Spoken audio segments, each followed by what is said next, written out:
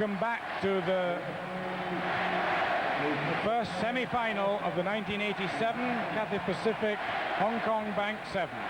New Zealand, as you can see in the all-black strip, about to kick off to start this first semi-final of the Cup.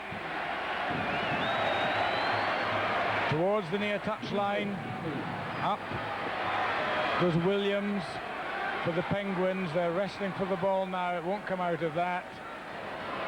The referee said it was knocked on by the All Blacks. So it's a scrum to the Penguins. Three forwards, Budd, Williams and Calcraft, the Australian international, Oxford University captain next year, and Oxford University Blue this year. The ball to be put in by O'Brien. It's a penalty for scrummaging before the ball came in. O'Brien out to Peter Stephen from Heriots in Scotland. Hoists a towering kick up. Back goes Brooke Cowden, the New Zealand hooker. He collects the ball. And Ralph Nibbs, the Bristol centre, playing for the Penguins. But Brooke Cowden's still in possession as he fights his way forward. Out to Botica. Botica, Raki, Terry Wright, leading try scorer for New Zealand on the wing. Back to Botica. This is with Crowley. Crowley making a lot of ground up to Shelford. Gets his pass to Coloto. Coloto back to Crowley. Crowley scragged on the 10-metre line by Williams. Good attack and good defence, Peter Wheeler. Oh, this is a crackery, and they're both having a real go here. The New Zealanders with their power play, and the Penguins trying to get it to their speedmen. And here the New Zealanders rucking and mauling in sevens, just as if it were 15s. Four of them in there, piling over the ball.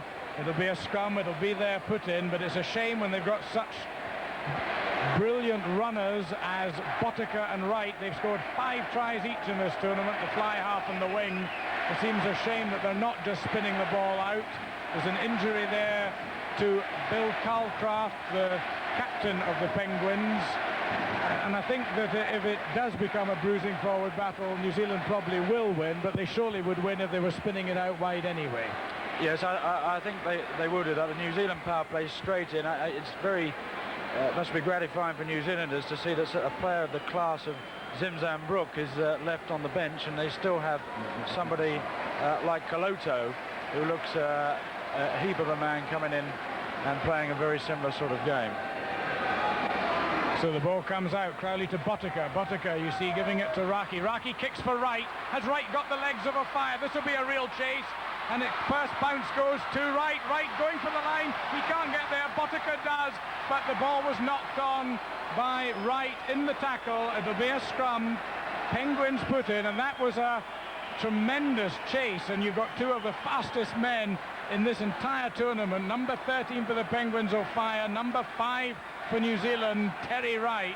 And that was a tremendous chase. So although Botica touched down, the ball had gone forward in the tackle, but it'll let O'Fire know that there's another man on this pitch every inch as fast as he is. So the scrum, 3 minutes gone, no score. A war of attrition up front and a free kick against the Penguins this time, and there's a great chance now. Crowley to Shelford, to Coloto, the big strong ex-Tongan. He's pulled down just short. Shelford picks the ball up. Can he smuggle it back? His scrum half Crowley wants it. A great drive by Brooke Cowden over the top, which the crowd don't like all that much. The scrum to New Zealand, and this another magnificent opportunity. These people getting a very good view of the match, I dare say, through the binoculars. They're probably somewhere in Macau. And here the ball going in. Crowley, he puts it in. He breaks down the blind side himself. Has he got the legs? Yes, he has. He's gone outside O'Brien, but he knocked it on in picking it up. The crowd, you see, cheering. But if you look back, the referee has not awarded the try. He said it was knocked on by Alan Crowley as he collected the ball there before spinning outside O'Brien, and so it'll be a scrum. We've had 4 minutes of the first half. It's O'Brien to put it in. He does. It comes out untidily. Oh, it's picked up by Shelford, and he crashes over to score. And that's a good try. The captain of the New Zealand team from that untidy scrummage. And here it's the sheer power and strength and weight and muscle and ballast of the New Zealand forwards. They're almost impossible to scrummage against. That's going to be the problem for the Australians in the final, if indeed the two favourites get to the final. But that was the problem there. Yeah, it's 3 minutes of intense pressure there by the All Blacks on the Penguins. They did extremely well to keep them out on 2-3 occasions, making superb tackles 2 or 3 times. But at the end of the day, New Zealand Rugby is on power play close to the line, getting into position, and there we saw the two forwards, certainly Shelford and certainly the pack as a whole, pushing and getting the ball. And Bottika's kick goes over. Bottica lands that. He's already kicked 7 conversions in the tournament. That's his 8th, and it makes it 6 points to 0 to New Zealand with 5 minutes of the first half gone.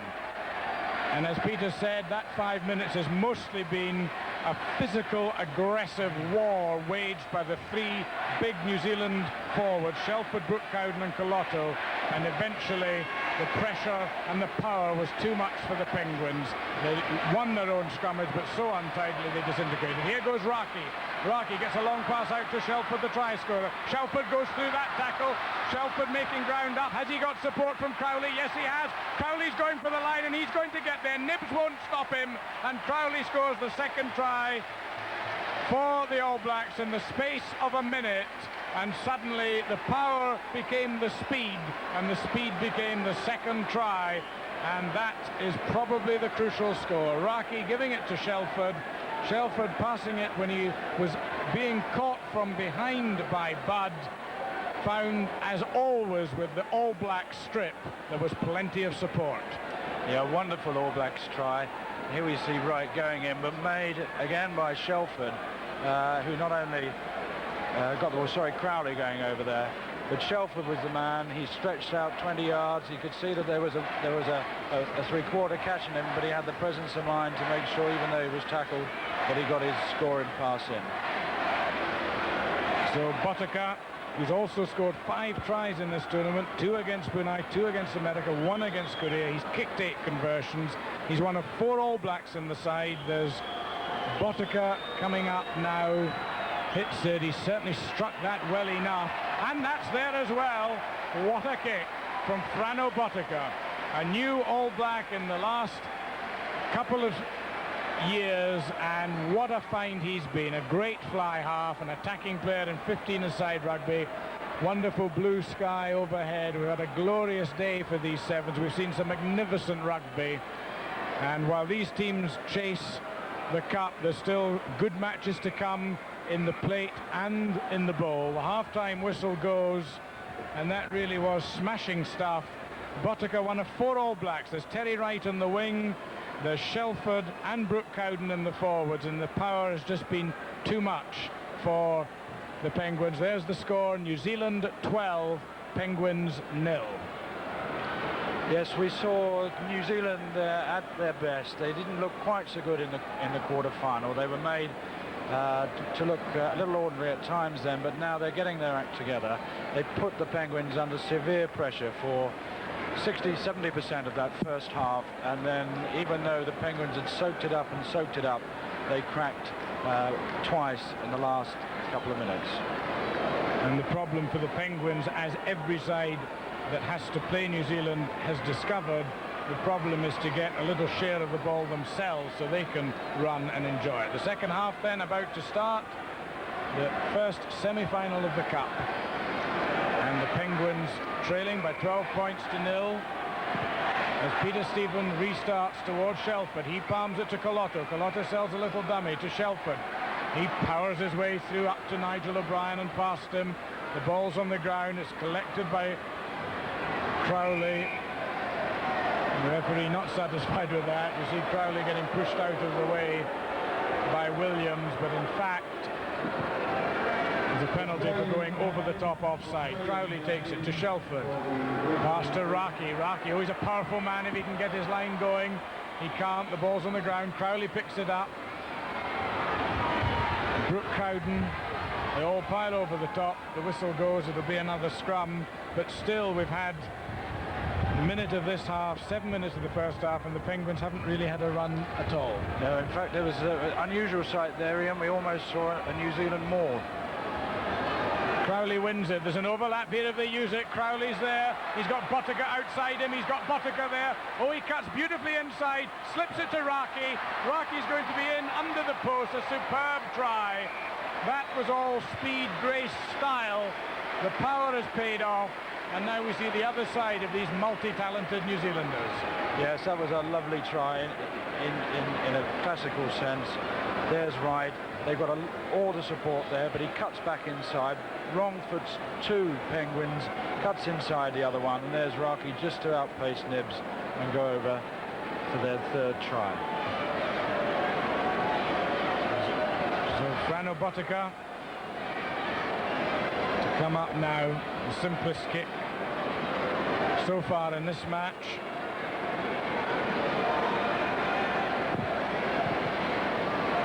That's another 2 points, and that's the New Zealanders defending the title they won last year when they beat the French Barbarians 32-12, defending the title and looking as if they'll certainly be in the final.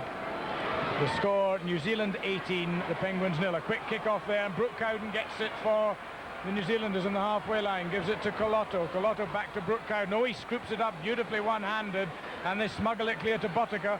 Buttiger puts it back inside to his captain Shelford. Shelford gives it to Colotto, man who's played international rugby for Tonga. Buttiger slips it to Shelford, but the strength of Shelford will probably still get that back on the New Zealand side. And still, with 3 minutes of the second half gone, this is the first time from the penalty that the Penguins will have had a chance to run the ball. O'Fire, the man who scored 4 blistering tries on the wing, hasn't had a single pass so far. And the referee asking O'Brien, the Cardiff scrum half playing for the Penguins, to wait. Colotto has got a knock there. And really, we wonder, Peter, just where the All Blacks managed to keep finding big, strong, athletic forwards like this. Wonderful young forwards, and Wayne Shelford has been the man to catch the eye, but we had in 2 instances then Brooke Cowden down on the floor, under pressure, picking the ball under his arm, getting straight back up again, committing the opposition, and still getting the pass into his teammates. So the Penguins at last have a run. O'Brien gives it to Stephen to O'Fire. Last O'Fire gets a run, and he almost gets outside his man, but not quite.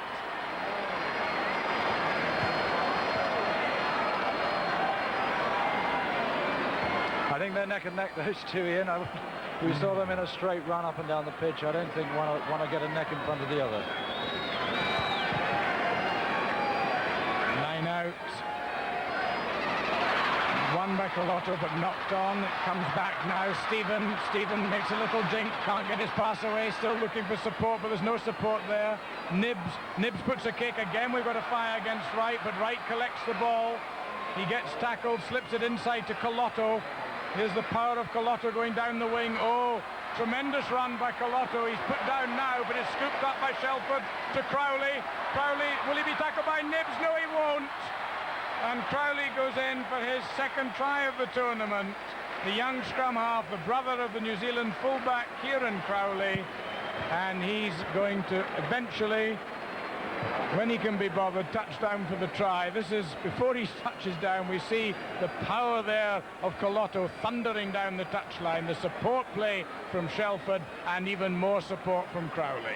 So that try takes the All Blacks over the 100 points for the tournament. They got 88 points before this match. They've now got 110 in the tournament, and they're clear top scorers of the 1987 tournament at the moment. The Australians, though, remember, their semi-final still to come, and they're only a few points behind.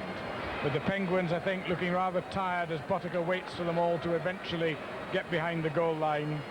Just a minute and a half of the match to go, and Buttiger will surely add this conversion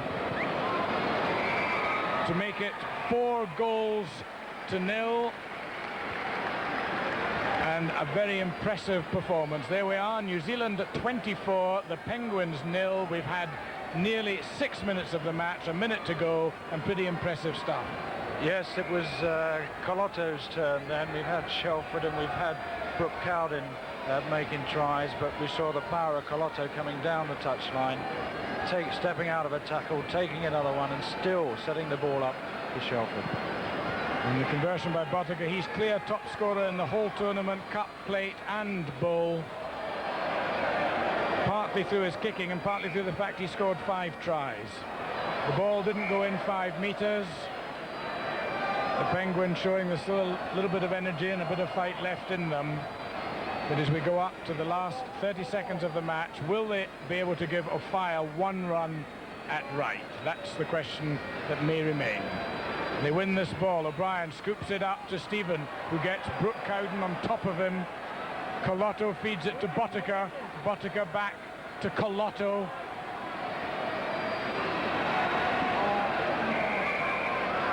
And Bottica going in a bit aggressively, but they're handing the ball on the ground, so the penalty's against the Penguins, and perhaps a chance for one final score in this match. Crowley, Shelford, there's an overlap here. Bottica may go in himself. He may go, no, he gives the pass to Raki for his second try of the match, and that clinches it, and with the conversion to come, that's a fair drubbing, I'm afraid, for the Penguins, but they've certainly scrambled together in the last couple of weeks. They've got a very, very good side together. They put up a tremendous fight to get this far, but that's it. They've lost. The final whistle goes, and the New Zealanders storm through to their second successive final here in Hong Kong by 30 points to 0. Oh. I think he took the conversion and it went over, but the scoreboard weren't all that impressed with it. So there we are. 28-0 or 30-0, it doesn't matter. The New Zealanders are through. The Penguins getting a tremendous ovation, a standing ovation there from the sponsors' boxes, and they've done British rugby proud here. They wave, the whole squad, the reserves are on as well, the crowd rising to them as the appetites are whetted for what promises to be a thrilling final. But the second semi-final still to come. Australia, the favourites, against Fiji. Well, a superb effort, as Ian said, an impressive performance by the All Blacks, and the Penguins getting due appreciation from this enthusiastic crowd. A great performance from the Penguins, as Ian said, a scratch side. They leave the field, applauded by the New Zealanders, who take their place, as expected, in the final. Now, just who will they meet in the final? The next semi-final coming up very shortly, Australia against Fiji. It should be a terrific match. I spoke to the colourful Australian manager, Alan Jones, just before the play started this morning, and this is what he had to say.